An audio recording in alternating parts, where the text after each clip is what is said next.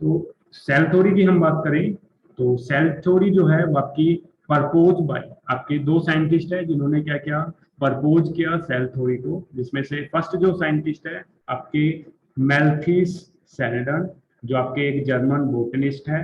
Second जो scientist है वो आपके थियोडोर सैकवान, जो कि एक ब्रिटिश जूलॉजिस्ट है। दैट मीन्स एक आपका जूलॉजिस्ट है जो है आपका सैकवान, एक आपका बोटनिस्ट है वो है आपका सेल्डा। तो कई बार पूछा गया है कि बोटनिस्ट कौन सा साइंटिस्ट है, जूलॉजिस्ट कौन सा साइंटिस्ट है। तो आपका जो सेल्डान है वो आपका बोटनिस्ट है, वाइल सैकवान जो साइंटिस्ट है, थियोडोर जो सैकवान है वो क्या आपका जूलॉजिस्ट है। इसको लर्न करने के लिए आप ये भी कर सकते हो, आपने देखा होगा जब आपने नर्व सेल्स की स्ट्रक्चर पढ़ी होगी, ठीक है, तो आपने नर्व सेल्स की जब स्ट्रक्चर पढ़ी होगी तो आपने सैकवान सेल का नाम जरूर पढ़ा होगा, ठीक है। सैकवान सेल्स जो क्या करती है आपकी माइलिनेशन का करते हैं।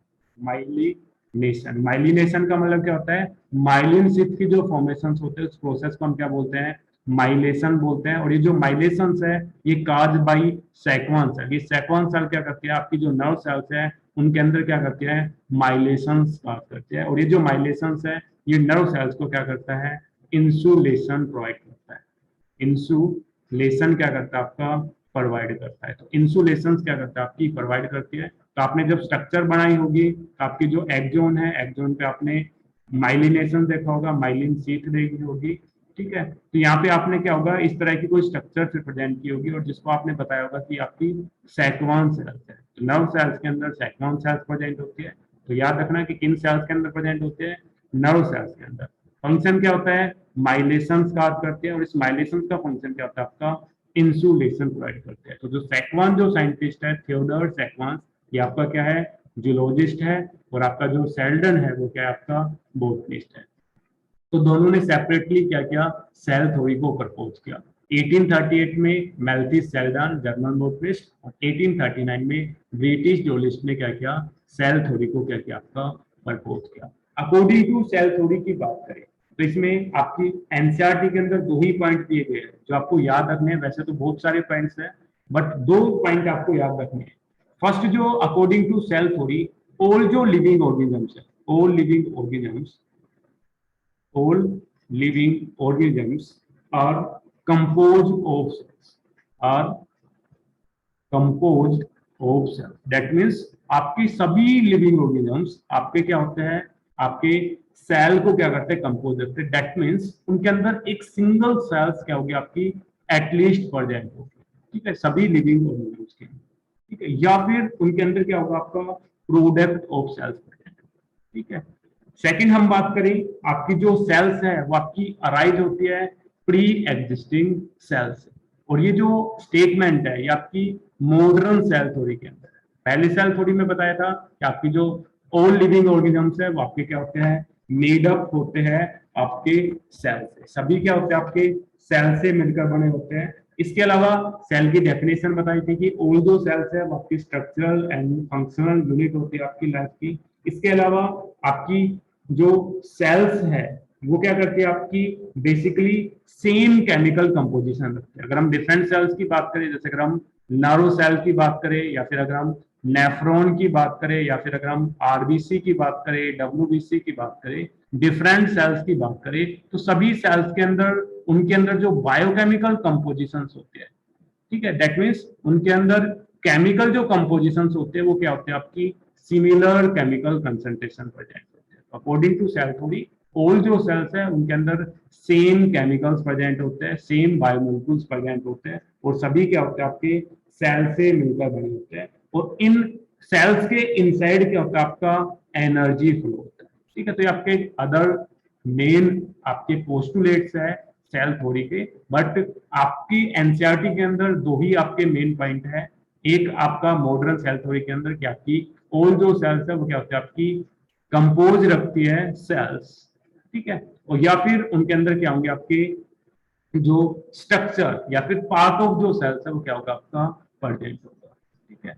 इसके अलावा लिमिटेशंस की बात करें तो आपकी जो सेल थ्योरी है इसकी लिमिटेशन, दो लिमिटेशंस है। एक तो इन्होंने क्या बताया कि आपके जो वायरस है ये कैसे होते हैं आपके ए सेलुलर होते हैं, क्या होते हैं आपके ए सेलुलर एनिमल्स होते हैं, that means outside the living organisms. ये कैसे होते हैं? आपके डेड होते हैं, बट इनसाइड दी होस्ट, जब ये होस्ट के इनसाइड प्रेजेंट होते हैं तो ये कैसे होते हैं? आपके लिविंग होते हैं। तो एक एक्सेप्शन है सेल थ्योरी का, कि सेल थ्योरी ने ये नहीं बता पाया, आपके जो शेल्डन सेकवन ने जो सेल थ्योरी थी कि वायरस आपके सेलुलर है या ए सेलुलर है। आउटसाइड दी होस्ट ये आपके ए सेलुलर होते हैं, इनसाइड दी होस्ट ये कैसे होते हैं? आपके लिविंग होते हैं। ताकि जो सेल थ्योरी है बाकी अप्लीकेबल नहीं होती किसके ऊपर? वायरस के ऊपर अप्लीकेबल नहीं होती।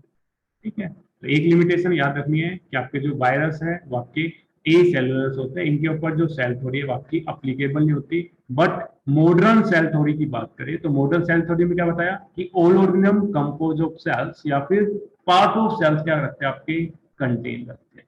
सेकंड जो लिमिटेशन थी सेल थ्योरी की, दैट इज ये नहीं बता पाया कि आपकी जो सेल्स है वो आपके एक सेल से न्यू सेल्स की फॉर्मेशन कैसे होते हैं। तो दैट मीन्स सेल की जो फॉर्मेशंस है उसको डिस्क्राइब नहीं कर पाया। दो मेन आपकी लिमिटेशन है सेल थ्योरी की, एक तो वायरस के बारे में नहीं बता पाया और सेकंड आपकी सेल आपकी कैसे फॉर्म होती है। तो इसको सेल जो आपकी न्यू सेल्स जो फॉर्म होती है वो आपकी फॉर्म होती है by the pre existing cells. Pre existing जो सेल्स होती है उनसे क्या होती है? आपकी न्यू सेल्स क्या होती है? आपकी फॉर्म होती है। और ये जो बात है ये आपकी बताई थी एक साइंटिस्ट रल्डोल्फ विर्चू। ठीक है, साइंटिस्ट का नाम क्या है आपका? Rudolf virtue. Rudolf virtue. ठीक है, तो रडोल्फ वर्चू ने क्या किया?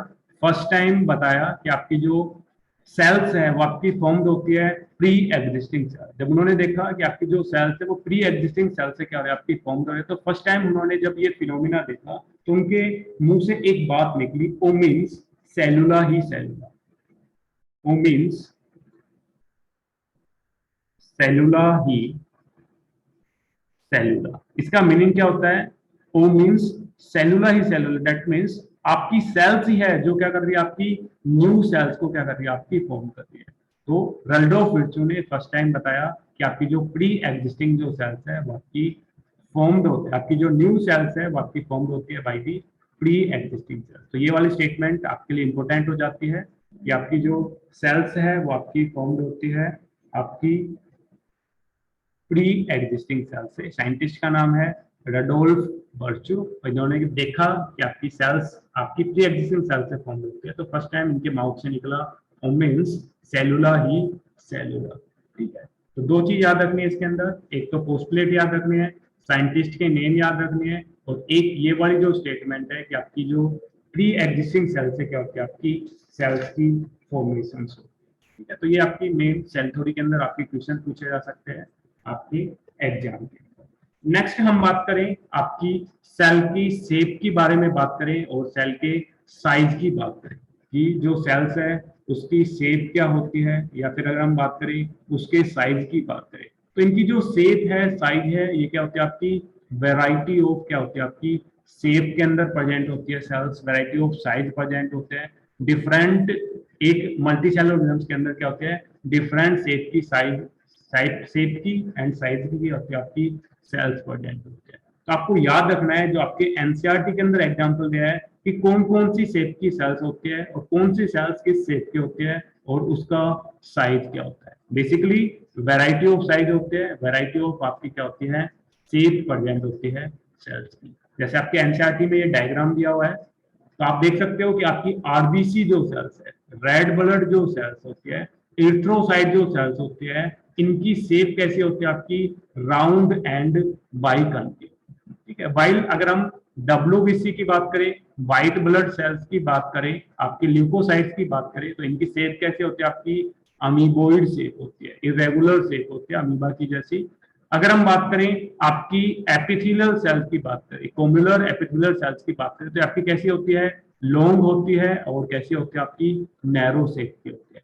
वाइल नर्व सेल्स की बात करें तो नर्व सेल्स कैसे होते हैं? आपकी ब्रांच पे होती है और कैसी होती है? लॉन्ग होती है। वाइल अगर हम ट्रैकिड्स की बात करें, जब प्लांट की बात करें तो ट्रैकिड्स के अंदर क्या होती है? आपकी इलोंगेटेड क्या होती है? आपकी ट्रैकिड्स प्रेजेंट होता है। वाइल मीजोफिल सेल्स की बात करें, प्लांट के अंदर जो मीजोफिल जो सेल्स होती है जहाँ पे आपका फोटोसिंथेसिस अगर होता है, इनकी जो शेप है वो कैसी होती है, राउंड एंड ओवल होती है। तो आपकी जो सेल्स है वैरायटी ऑफ शेप के अंदर प्रेजेंट होती है, मे बी राउंड हो सकती है, अमीबोइड हो सकती है, लॉन्ग एंड नैरो हो सकती है, लॉन्ग एंड ब्रांच हो सकती है, इलोंगेटेड हो सकती है, राउंड एंड ओवल हो सकती है। वो डिपेंड करता है उसके फंक्शन के बेसिस पे डिपेंड करता है। तो सेल्स क्या करती है, अपने फंक्शंस के अकॉर्डिंग अपनी जो शेप है उसको क्या करती है, आपका चेंज करती है। तो आपको एटलीस्ट इन 6 सेल की आपके शेप के बारे में पता होना चाहिए। तो कई बार आपका पूछा जाता है कि आपकी कोई भी सेल्स है, फर्स्ट, सेकंड, थर्ड, फोर्थ। मान लो आपकी आरबीसी सेल्स है, डब्ल्यूबीसी सेल है, यहाँ पे आपकी नर्व सेल है, और एक आपकी क्या है, मीजोफिल सेल। ठीक है, यहाँ पे आपके ऑप्शन दे देंगे जैसे आपका ए, बी, सी, डी। यहाँ पे जैसे आपका हो गया अमीबोइड, ठीक है, यहाँ पे आपका क्या हो गया, आपका इलोंगेटेड। ठीक है, तो आपको मैच करना है कि कौन सी सेल्स की क्या शेप होती है। तो एटलीस्ट आपको इन 5 सेल्स के शेप के बारे में बताना चाहिए कि आपकी जो डब्ल्यूबीसी है वो कैसे होती है, आपकी अमीबोइड होती है। तो आपको क्वेश्चंस के बारे में बताना चाहिए कि कैसे क्वेश्चन पूछा जा सकता है, उसके अकॉर्डिंग ही हमें क्या करना है, आपके चैप्टर को कंप्लीट करना है, प्रिपेयर करना है। तो आपकी जो सेल है उसके अंदर क्या होती है, वैरायटी ऑफ शेप प्रेजेंट होती है, और ये जो शेप है अकॉर्डिंग टू देयर फंक्शंस क्या होती है, आपकी डिफरेंशिएटेड होती है। ठीक है, तो आपको पांचों स्ट्रक्चर्स के बारे में बताना चाहिए, या फिर ऐसे भी मिल सकता है कि आपको आइडेंटिफाई करना है कि आपकी ए, बी, सी, डी कौन सी सेल्स है। तो आपकी ए आरबीसी सेल्स है, तो आपको अगर शेप याद होगी तो आप डायरेक्टली बता सकते हो कि आपकी कौन सी सेल्स का आपका एग्जाम्पल है। नेक्स्ट हम बात करते हैं, शेप की बात करते हैं। ठीक है, सॉरी साइज की बात करते हैं। शेप की हमने बात कर ली, आपकी amoeboid, rounded, biconcave, narrow, elongated. अब हम बात करते हैं साइज की बात करते हैं।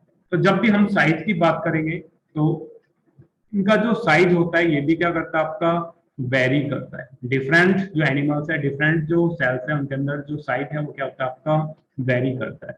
तो इसमें दो चीज आपकी इंपॉर्टेंट हो जाती है। एक तो आपको स्मॉलेस्ट सेल्स के बारे में पता होना चाहिए, सबसे छोटी सेल्स कौन सी है। सेकंड, आपको लार्जेस्ट सेल के बारे में पता होना चाहिए कि सबसे लार्जेस्ट सेल्स कौन सी है। सेकंड, आपको पता होना चाहिए कि आपकी लॉन्गेस्ट सेल कौन सी है, सबसे लॉन्गेस्ट सेल्स कौन सी है ह्यूमन बींग्स के अंदर, सबसे लार्जेस्ट आउल ऑफ दी सबसे लार्जेस्ट सेल कौन सी है, सबसे स्मॉलेस्ट सेल्स कौन सी है। तो आपके एनसीईआरटी में ये 3 एग्जांपल दिए हुए हैं जब आप साइज की बात करते हैं। तो सबसे पहले हम बात करते हैं कि जो साइज है वो क्या करता है, आपका वेरी करता है।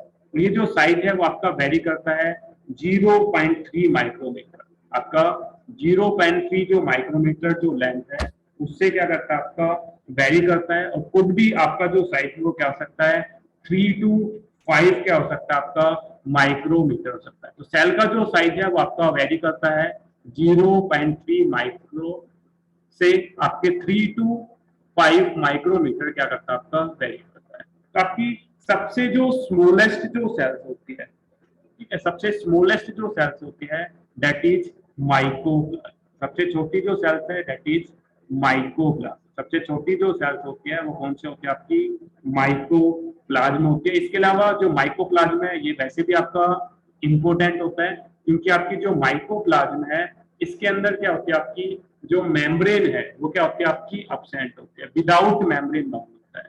ठीक है, विदाउट मेम्ब्रेन क्या होता है, आपका प्रेजेंट होता है। ठीक है, विदाउट मेम्ब्रेन बाउंड क्या होती है, आपकी सेल्स होती है दैट इज माइकोप्लाज्म। सबसे छोटी सेल्स माइकोप्लाज्म, तो ये कैसे होती है, आपकी विदाउट मेम्ब्रेन बाउंड क्या होती है, आपकी स्ट्रक्चर्स होती है।